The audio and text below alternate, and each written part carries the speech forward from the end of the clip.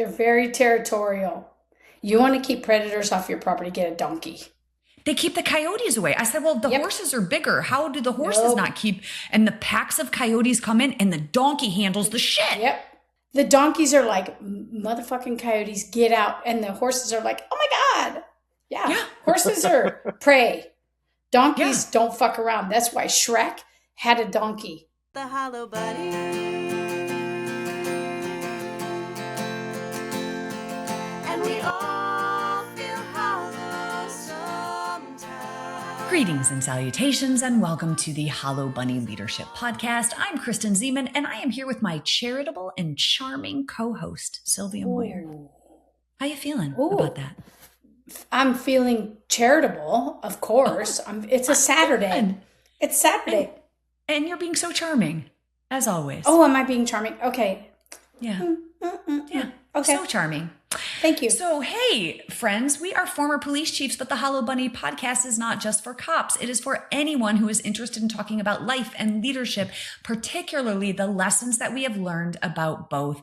And those lessons fill up the Hollow Bunny metaphorically. So, Syl, you and I have so many conversations about giving people the benefit of the doubt, or about what we have called, and we took this from Will Guidero, right? Making the charitable assumption.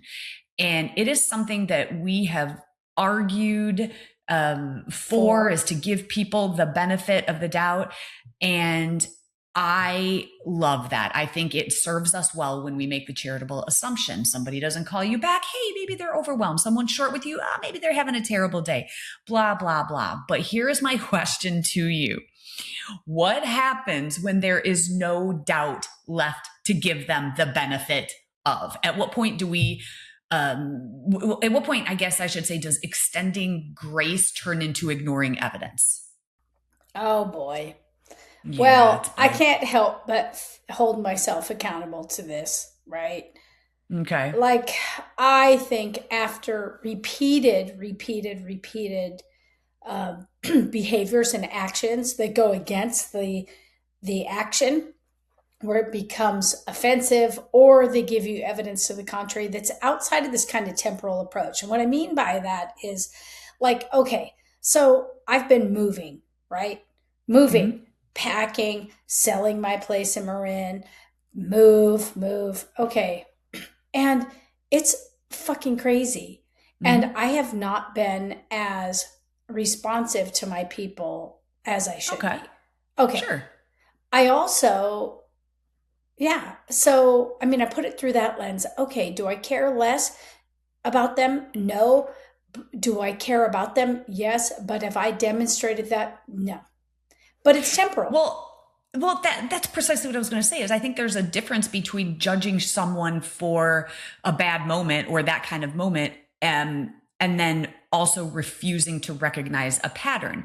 And with you, anyone who is in your tribe understands that that is not your modus operandi. Never are you unavailable for someone when we need you. And so that would be a charitable assumption is, wow, I haven't heard from Syl for a minute. And so there's probably something going on. And of course, those who know you know that you're moving, and, so it's a pattern.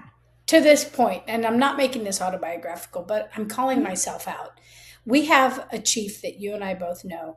I just adore him. He reached out to me, and it went to the bottom of the crisis list. There were all these things happening at work. It was like, and then I had to travel. And then it went to the bottom of the list. And then I was, in the moving and the squeezing in travel and all these crises that are coming up at work. I had to prioritize.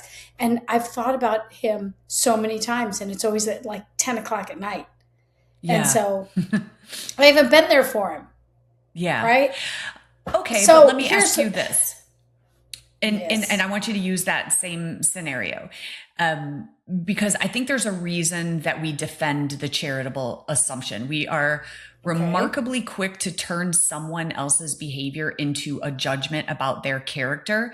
Like like for example, if somebody cuts me off in traffic, well, they're an asshole. If I cut someone off in traffic, I'm like, oh my God, I'm so sorry. I didn't see you. Right. If someone else is late, we jump to they don't respect my time. But if I'm late is, you wouldn't believe what happened to me. So my question to you is, if the situation were flipped and if you reached out or was trying to get a hold of someone and they didn't call you back, would you automatically jump to, what's going on? Why are they being like this? What happened? Start taking it personal, or do you automatically go, oh, something must be going on? So if it were flipped, what's your default? Well, in traffic, I'm like, dick, but I never make a hand motion ever. I'm just not going to be that person. But if it's somebody that I know, let me give you an example. Can I give you an example? Okay. Yes, I always go to examples. I got this text message on Friday, August 14th at 9:40 in the morning. Hi, Sylvia. Sorry for falling off the face of the earth. Last few months have been wild. Had some fun council presentations, had to demote an assistant chief, make some promotions due to that decision, been in the process of selling and buying a house, got a kid, just started high school. Anywho, I feel bad that I submerged into focusing on core stuff and left you hanging. Hope you're doing well. I love that. So what did I say? Hey, Chief, totally get it. This is a team sport. I'm in your corner no matter what you need me to jump in, or no matter when you need me to jump into the ring. Come on, I got you when you are ready or in need of a sister who understands the tension and has your back. Thanks for the message. You're a superstar. Hang tough. Sure. So that individual took the time, though, to explain, and most people don't do that. She's amazing. Exactly. And I will give you, since we're doing examples, please. You've just reminded me of one of a very good friend who we talk on the phone. So I have very few people that I actually have phone conversations with. You're one of them. My friend Barb is one of them. And she called me. She called me a week ago, and I was traveling. I was literally going through security. And so I kicked it into voicemail and made a mental note that I need to call her back. Now, she's not a big texter. And so every single time now since that, I think it's been 2 weeks. And my thought process is I traveled again. I got back on a plane. I was home for 1 day, dumped my stuff. And my thought process is, I need to call her back, but I want to carve out time to call her back because I love talking to her. And instead of just, sending her a quick text message that says all this, in my mind, I of course have given myself the charitable assumption of like, because I love her so much, I want to carve out time, and I just haven't had that time to do it. So I haven't called her back. Now I can only imagine what she is thinking, that I have just completely ignored her voicemail. So there is actually a name for this. It's called the attribution theory. Yes. It's psychologist Lee Ross famously described humans as intuitive psychologists trying to figure out why people behave the way they do. And he found that the fundamental attribution error is our tendency to overemphasize the personal characteristics when explaining other people's behavior, but underappreciate situational forces and then give ourselves the benefit of the doubt. So I'm over here going, I love her so much and I'm going to call her back when I have time to actually talk to her. And she's thinking she never called me back. So that's the force at play. Right. So then you're thinking, is Barb now thinking, because of this attribution theory? Of course, you're giving us an academic citation. Big brain. So now you're thinking, oh God, is Barb sitting there thinking, really? I don't love her. Kristen doesn't love me. She's too busy for me. I've gone down on the level of importance. I would say no, because she probably knows you. So, but then here's the thing. It's so how many conflicts come up because we have not clarified what someone means and what they want. And it's like, wow, what do they mean by that? I don't want to be that person. Oh, we could go down the rabbit hole. Oh my gosh, there's so much of that. But okay, so I guess we've been down this road before. There is the charitable assumption is useful. And I think it's actually really good to look at someone else's behavior and allow them an explanation or make an assumption that there is some sort of explanation for why this happened. And most of the time that is my default. I know that is your default. Totally. But what I want to talk about is not a singular behavior where, everyone knows that you're moving. And therefore, if I don't hear from you for, a minute, I know that you are so immersed in your work and your life, and all of this is happening. And so we often give people the grace that they desperately need. But here's my question. When does a data point become a pattern? And this is why I want to challenge our normal advice and way of thinking is when someone lets you down, we just go, okay, they're going through a lot. If it happens again, hey, they mean well. Oh, that's just not like them. But what if it is? Not because the person is a terrible person, not because we need to assign some sort of malicious intent, but because behavior is information, and the way people treat us, or I should say the way we allow people to treat us, is really important. So how many chances do you give someone when they continue to fall short? Well, I don't think there's a definite number. I mean, I'm thinking of one thing with a coworker of mine where it's like, I told you this. And then they challenged it, said, are you doing X? I'm like, how do I have to say it? So I hold myself accountable to the failure. To the other point is how many times, right? I don't think there's a definite number, but I do think what it does is it is a call to action to say, hey, I want to mine for understanding, right? I want to mine for understanding. I want to understand what is kind of the undercurrent that's causing this thing, and then see what we could do about it. Right? Yeah. Isn't that what we're saying? Have the courageous conversation. That's what we're talking about. For sure. To be curious and ask questions.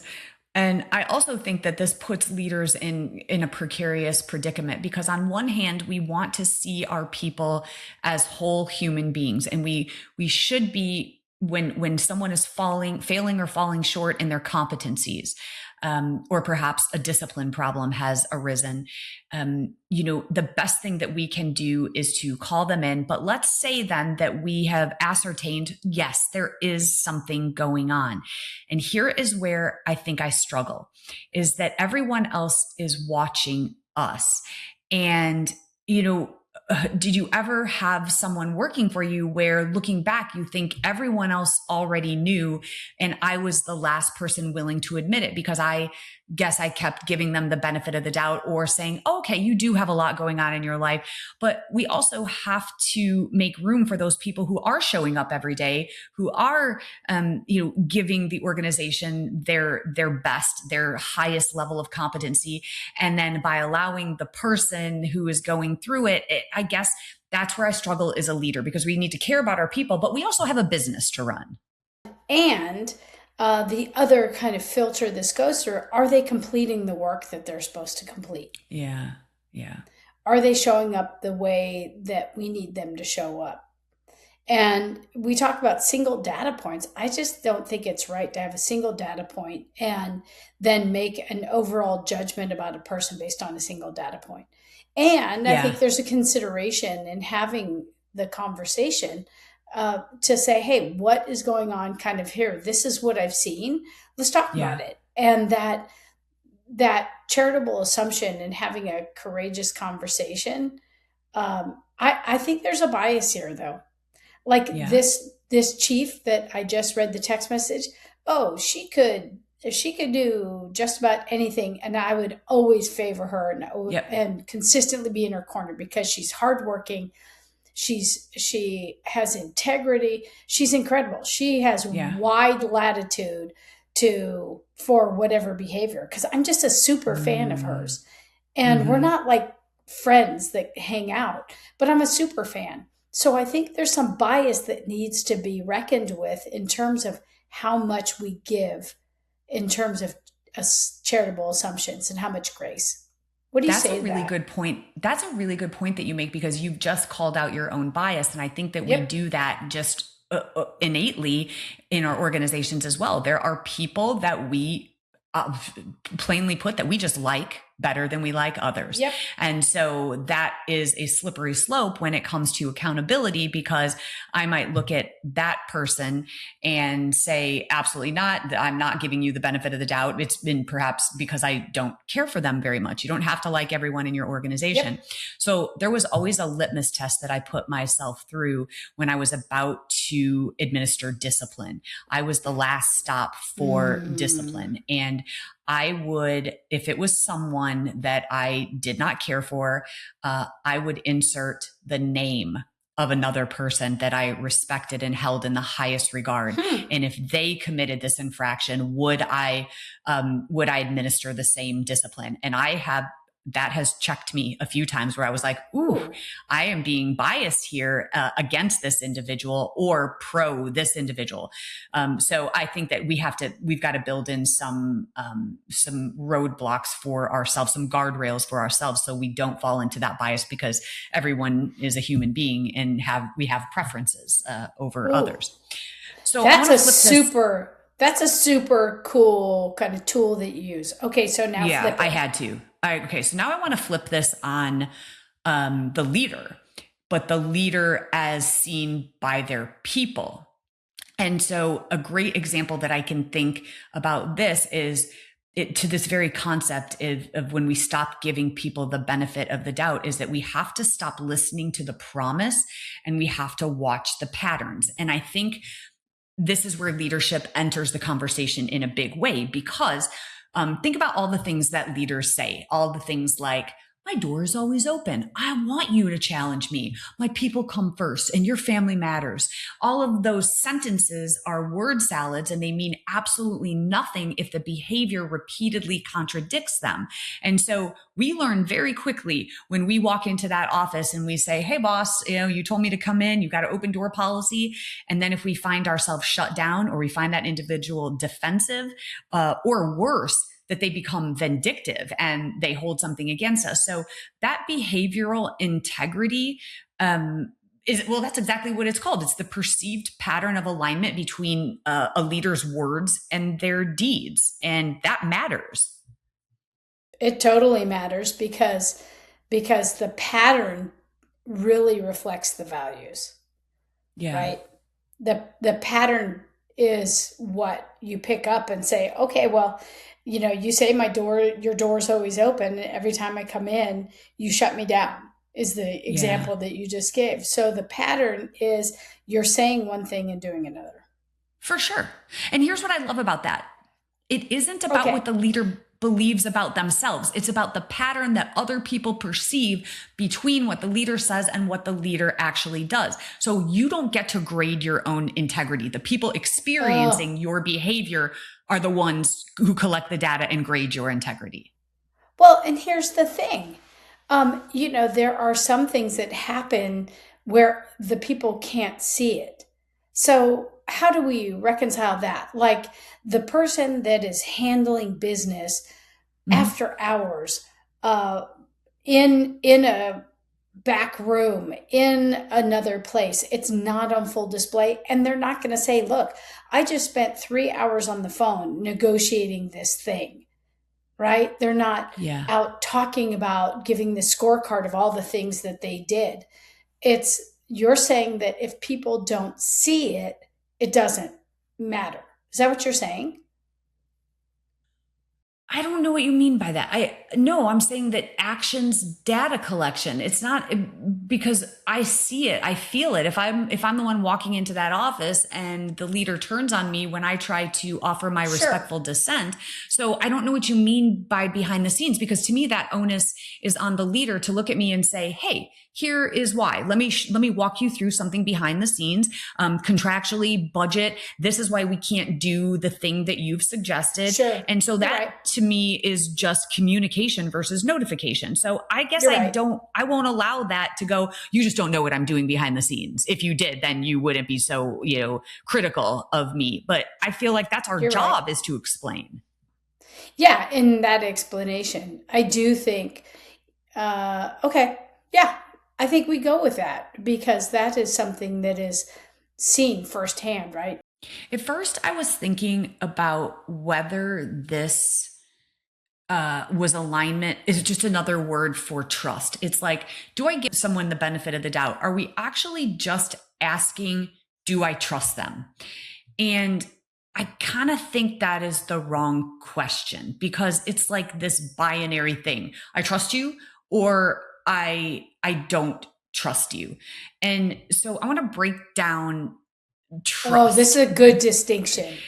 It is, because so organizational researchers Roger Mayer, James Davis, and David Shorman developed one of the foundational models of organizational trust. And here's what they say. There are three distinct components of trustworthiness. One is ability.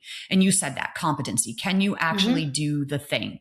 The other is benevolence. Do I believe that you want good things for me rather than simply acting in your own self-interest? Ooh, that is a big one. Ooh. And then integrity. Do you have, or do you behave according to principles that I find acceptable? And what they argue is these dimensions can vary independently. So somebody can be super competent without being benevolent or principled. So I mean, this is a great conversation, because Sylvia, I trust you. I trust you to keep my confidence, but I don't think I trust you to fix my toilet. It doesn't mean that you're untrustworthy. It means that trust has a certain domain. So instead of, do I trust this person, which I would normally say, of course I do, but I wouldn't trust you with everything. You're not a plumber. You can't fix, well, maybe you can. I don't know. Maybe you have a secret skill. But I think what the question should be is, what am I trusting this person to do? What a great distinction. Can you fix my toilet or no? I looked up YouTube. You probably could. I have a leaky toilet. I turned off the water, and I just bought the guts at Home Depot. See? Haven't done it yet. Don't trust me. I pulled that example out of my ass, thinking that there's no way that you would know how to fix my toilet. And I literally think you probably could fix my toilet. I've installed a bidet. I am going to do the guts today, and I'm installing a ceiling fan today and sconces. Okay, so I'm doing some electrical. However, I don't have real competence.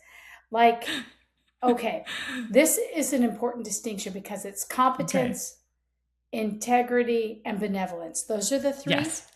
Okay. Yes. Yeah. Ability, benevolence, and integrity. Yes. Competence. Same thing. Okay. So I think this is an important distinction, because that tells the leader, the person, that has to have all three. I could trust you totally, just like your example. You can trust me completely, but you don't want me to be the person to install, to build your home. Okay, I just don't have that ability. Okay. And I think that's an important distinction, because to say, look, hey, Kristen, you're not my person to do this, but I trust you as a human being. Yeah. Okay. Ooh, I love that. This is good stuff, because there are times where, and there are also times where maybe I trust intentions, but I don't trust judgment. Or maybe I trust competence. This one happened a lot, where I trust competence in my department, but I do not trust your motives. Where you have someone that's so competent, but they are completely out for themselves, and you can see that. So where you don't trust motives. Or maybe I love you as a human being, but I've learned not to rely on you to meet a deadline. All of this falls under the complexity of trust. Sure. And there's personal and there's professional. Yeah. Right? For sure. Okay. So there's, oh, wow. You know what's so fascinating about this is it also goes into what's your hierarchy? What is the most important thing? I mean, I've recently, okay, so maybe you can help me through this. I have recently found these dilemmas where I have something scheduled. I'm super excited about it. And all of a sudden something comes up where I'm like, oh my God, what do I do? It's on the same day. Let me give you an example. So I have the New York University Policing Project is super important to me. I've been associated with it for a decade. They sent out months ago, October 15th is the annual meeting at NYU. I am so excited. I RSVP'd that minute. I cleared my calendar. I booked my flights. I got everything done. I'm so excited about it because it really is, they're doing important work and I get to be among incredibly smart people. And something in my organization, an annual event came up, and one of our people is being honored at that event. It just doesn't happen very often. It's on the exact same day in California. Yeah. The exact same day, not the day before, not the day after, the same day. So what do we do? We decide what are our obligations, right? Sure. And then what are our desires? My desire is to go to NYU. My desire also is to be a person that shows up for my people locally. My highest and most important thing is not to satisfy myself, but to satisfy my organization. So the conflict is, it's on the same day. I can't be in two places at once. Both I have latitude to choose. I choose my people, and because we're all flying to this place in California to honor one of our guys that did something extraordinary. So I have to be disappointed because I can't do both. So I think what you're describing here is ability versus integrity. There's a huge difference between I couldn't do it and I could have done it, but I chose not to. Okay, so now let's flip this, right? Okay. Now, the director is someone who I love, adore, respect, love him. I'm going to have to tell him I can't go.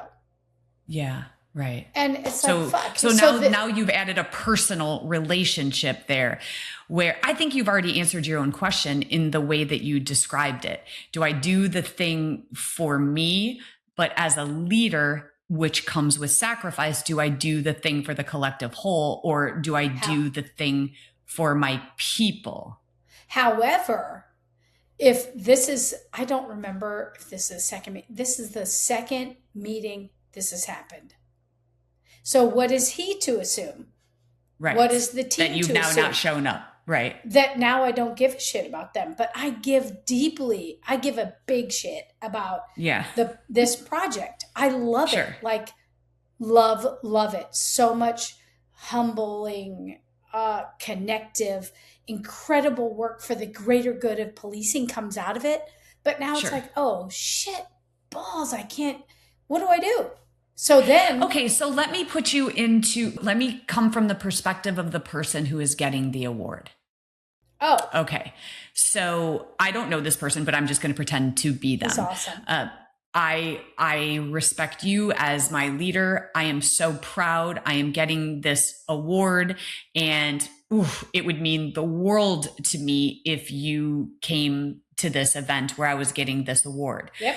Now, there is going to be a letdown here. So this is what life hands us. Often we have to always make choices between two rights.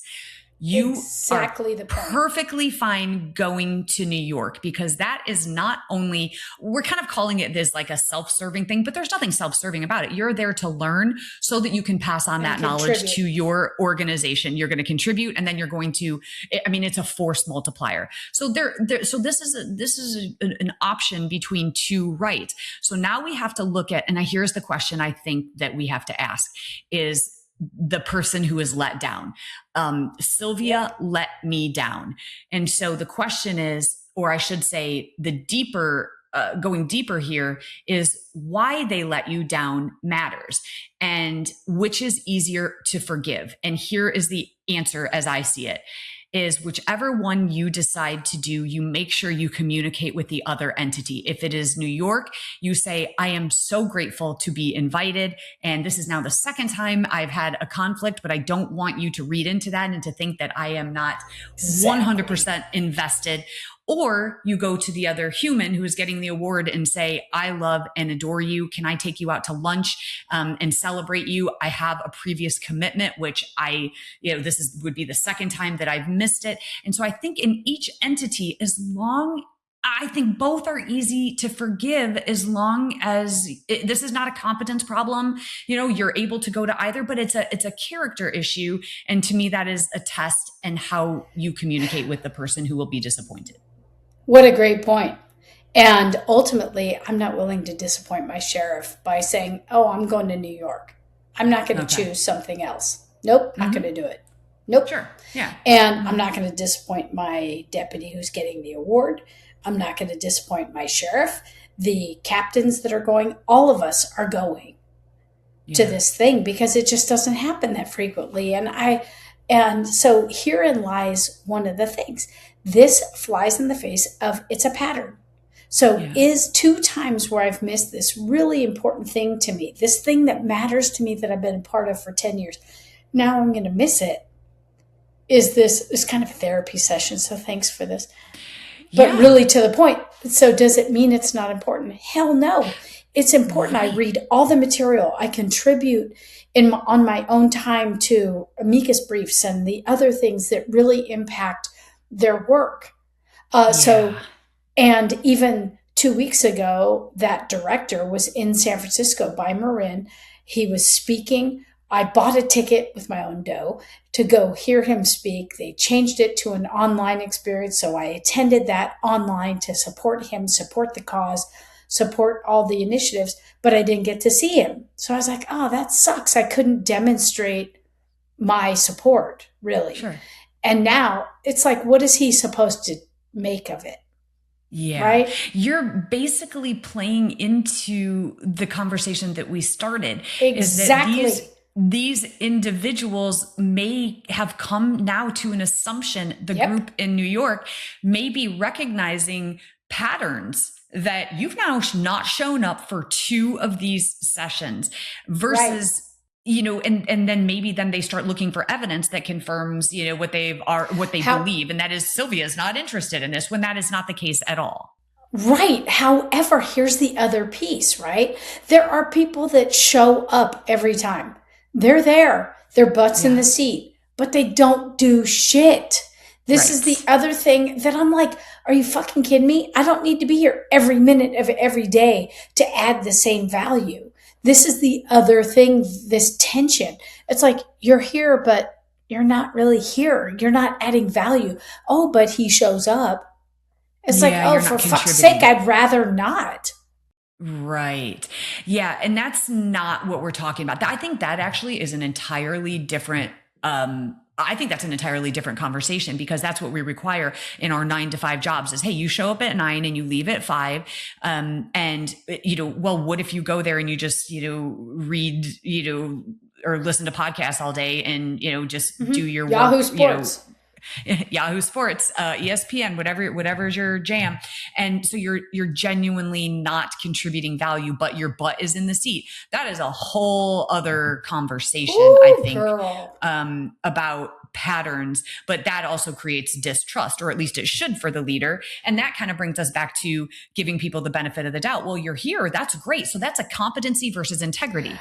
You're here. Thank you so much for being here, but you're not doing shit while you're here. So how are you even contributing to the organization? Right. And you know what so many of us are faced with, and I'm just excruciating with this right now. So it seems like a cell therapy session right now, but it's like all these dilemmas. I have this plan and then something comes up. Here's this mandatory thing you have to do. Okay. So why do I have to do it? Right. And so therein lies the, oh my God, I just got this freaking subpoena and now I have to cancel my vacation because now I have to go to court. It's like, what do you do with those kinds of things? I do think what this is all circling around is your 3 kind of pillars. And I'd love you to restate them. It also is circling around the trust, the inquiry, the courageous conversations, the examining for what's the subtext. Is there an undercurrent? What's going on? Is this a one-off, a two-off? At what point do we confront the behavior? At what point do we go, okay, let's have a convo, right? It's all circling around that.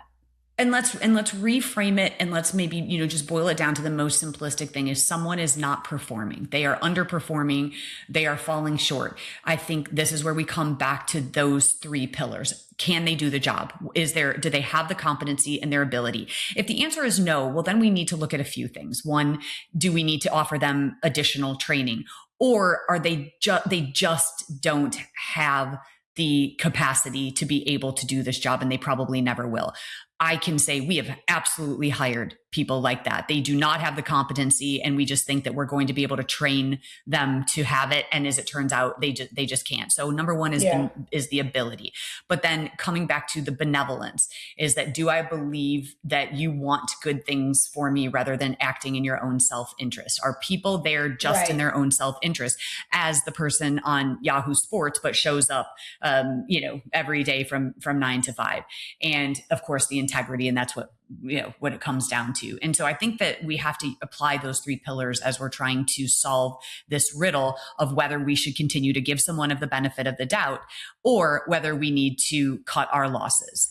And that's really what I think it comes down to. I'm not sure it's that binary. I do think there's this really interesting thing that, what if we're wrong? What if we're wrong? Like, that's so much of what you and I talk about is like, what if I'm wrong?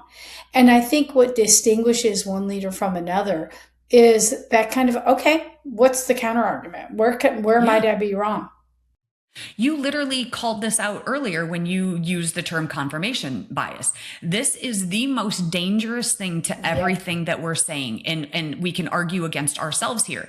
Once you have decided a person is lazy, once you have decided a person is selfish, dishonest, or incompetent, you start seeing that evidence absolutely everywhere. You already called that. And so, but then we commit the exact opposite error. And this is the two cliffs, is that sometimes we extend too much grace, so there are two mistakes I think available to leaders. One is judging someone in the moment, and the other is ignoring 10 moments because we don't want to judge them. And leadership lives somewhere between those two things. Oh shit. That's why it's so hard. There's no answer. We're going to have to get comfortable. Being let's confront this question. But once again, we already have the remedy for that, and you already said it, and your friend actually demonstrated it by saying, I have failed and fallen short, but I want to tell you why, and I'm going to be better. So I think what we need to do is engage in more conversation. Ask people what they're seeing. Look for specific behaviors rather than labels. That is a big one, because I have had a tendency to label people as troublemakers, as lazy. And it's because I label their personhood. And then when challenged, give me an exact example of when that individual was lazy. And I'm like, I just, because they did something a while back, and I've automatically labeled them. And then asking what you said, what evidence would change my mind? Where might I be wrong? And then give the opportunity, talk to the person first, and then most importantly, give the person the opportunity to change the pattern. Right. And Dr. Bellavita, Naval Postgraduate School, what evidence do you have to support your claim? That's right. Who are you, and why should I believe you? That's what he said to me one day during class. Who are you, and why should I believe you? And I was like, oh, sir. Made me think. I never opened my mouth again until I had my credibility, and I had my evidence, and I had my I's dotted and my T's crossed. Yep. Chief, what evidence do you have to support your claim? I was like, oh, anecdote? Does that work? Is anecdote okay? It's not a peer-reviewed journal. It's not the golden standard. Oh, God, right? Chris Bellavita, the wisest man who walks the earth. Right. And do you remember, I walked in, I look at all the books. I was like, holy shit, 16 books for 1/4 of work. That's a lot. Did he say this to you? It's only a lot of reading if you do it. We both said it. It's only a lot of reading if you do it. Oh, It is amazing shit. how people like that, leaders like that, just they change you, man. They get inside and they scramble all of your molecules and they change you. I mean, there is barely a day that goes by where I don't think of Chris Bellavita. So this is a shout out to CHDS, to the Naval Postgraduate School. He is amazing. He wears the same costume every day, the same V-neck uniform, sweater. his khaki pants. Yep, his khaki pants and his black sweater. And one day we all punked him and we showed up wearing the exact same outfit. Our class did that because we thought it was funny. But anyway, we digress. We need to land this plane. Okay. Here's where I think we bring it. Let's summarize. Back to the hollow bunny. Imagine an employee whose behavior is affecting everyone. The boss knows it, everyone on the team knows it, and nothing happens. And the leader says, I'm trying to give them the benefit of the doubt. I'm trying to give them another chance. They're going through something. I really believe that they can turn this around. That sounds compassionate, but what does it feel like to everyone else? Because every time a leader extends that grace to one person, somebody else is absorbing the consequences. So I think when you're a leader, the grace you give to one person can become a burden that you give to everyone else. And I just want leaders to sit with that. Got it. I think giving people grace and believing the evidence, those are seemingly contradictory, but they're actually not. So when someone screws up, just as you said, Sylvia, get curious, ask questions, consider circumstances, don't assign motive, and give them room to be human, but most importantly, pay attention to what happens next, because leadership without accountability is not kindness. It's avoidance. And avoidance might create harmony in the short term, but won't cultivate increased harmony. Yeah, so, perfect. Okay. All right, there's perfect. A lot. Plane landed. Excellent. Woo! It is coming down the runway. All right, we're going to lock it up. A little bit of editing. A lot of editing. There you go, Ted. Earn your keep. This is why Ted makes the big bucks, don't you think? I Huge. mean, this guy is a millionaire from editing our podcasts. Oh my gosh. Yeah, he can buy 1 billion poker chips. Yeah, he really could buy some more poker chips if he really wanted to double down. Did you see what I did there? Wow, that was hot. Hit it. Thank you so much. Get it? Hit. Thank you so much. Hit. Hit it, baby. Hey, listen, everybody. If you like this podcast, please subscribe, please like it, please review it, and tell everyone you know about it, and follow us on social media. The infamous Ted Madden produces this podcast and does a lot of editing. And the song you're about to hear was written and performed for us by my handsome son, Jake, and his friends, Fabian and Zoe. Listen, if you don't like this podcast, then move along. There's nothing more to see here. Keep filling your bunnies and keep adding substance to others. Bye, everybody. Goodbye.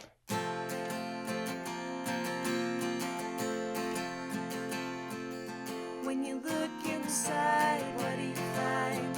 Are you content to fall behind? When you lose your way and you've lost your why? Have courage and get ready to fight the hollow bunny.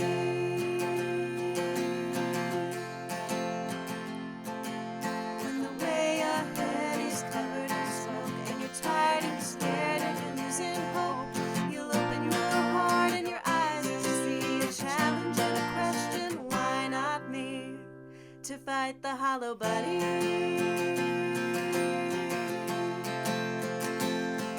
And we all feel hollow sometimes, but the monsters are only in your mind. It's a tough pill to swallow, but if you're brave and kind, you'll be alright. If you fight the hollow bunny.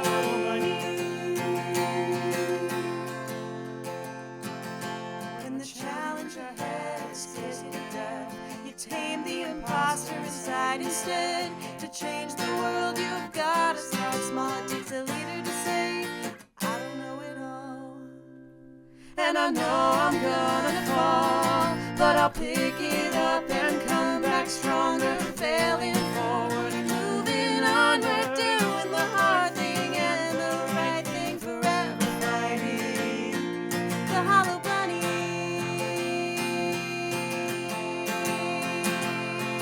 And we all feel hollow sometimes, but the monsters are only in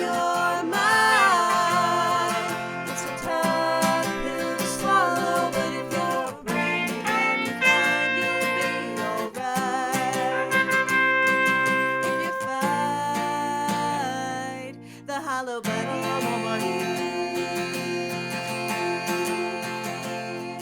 If you're tough on the outside but empty within, something's gonna crack, you've gotta start again. You're tough on the outside but empty within, something's gonna crack, you've gotta start again. The hollow monster